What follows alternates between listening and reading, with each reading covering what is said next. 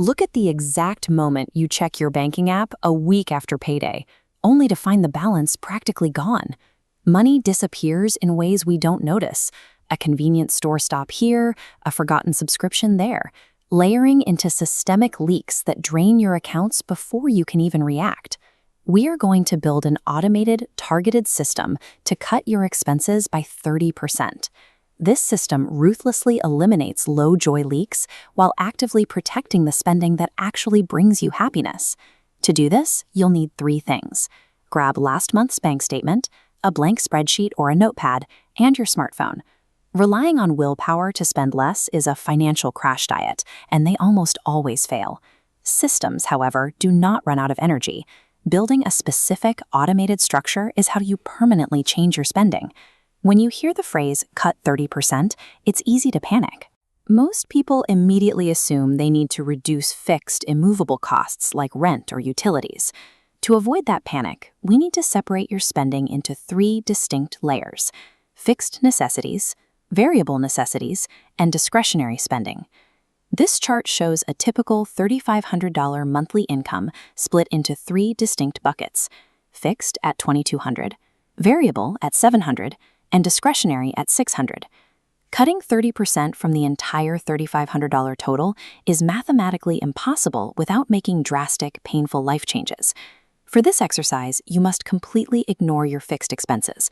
We are focusing solely on the remaining 2 categories where flexibility actually lives. Now let's calculate a realistic dollar amount. By trimming just 10% from the variable pool and targeting a full 30% cut specifically from the discretionary pool, you generate exactly $250 in monthly savings. By identifying the correct pool of money, an overwhelming sacrifice turns into a highly manageable mathematical target.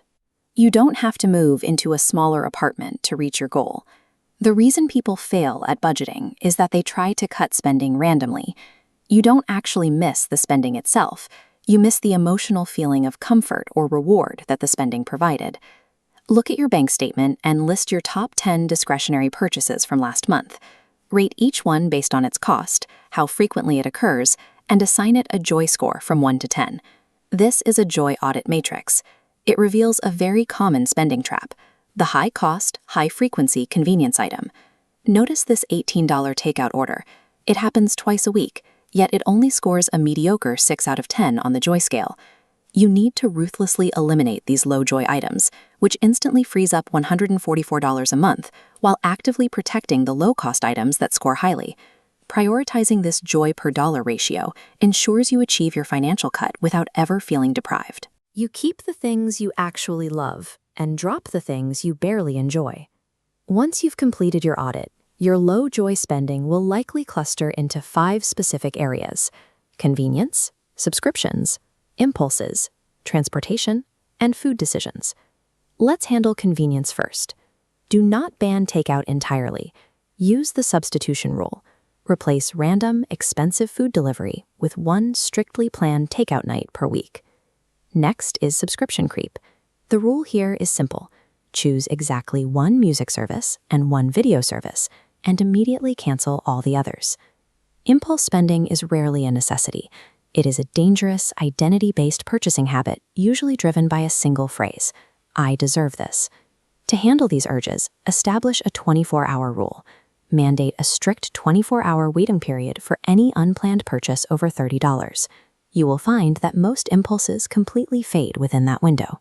To make sure you actually wait, you have to break the ease of the one-click transaction.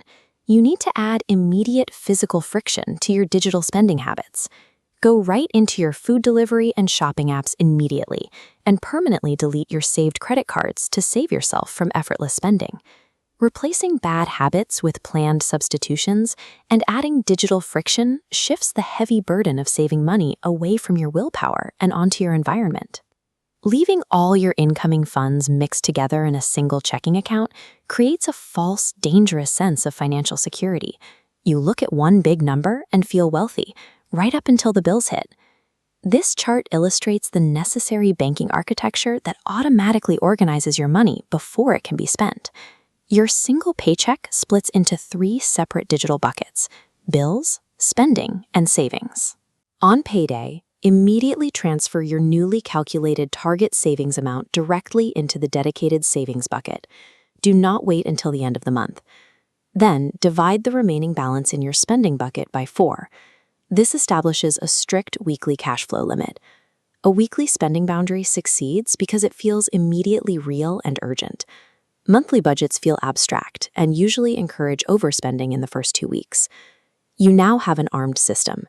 You have a mathematical savings target, you've eliminated low-joy leaks, you've added friction to your devices, and your weekly spending limit is engaged. You can close the laptop. The stressful financial guesswork is entirely gone. Forget the vacations and fancy dinners you see on social media. Real wealth is much simpler. It is having options and having daily breathing room when the bills show up.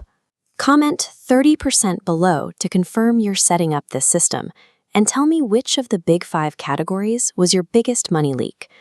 Financial control is a byproduct of a system that stops you from paying for things you didn't even want in the first place.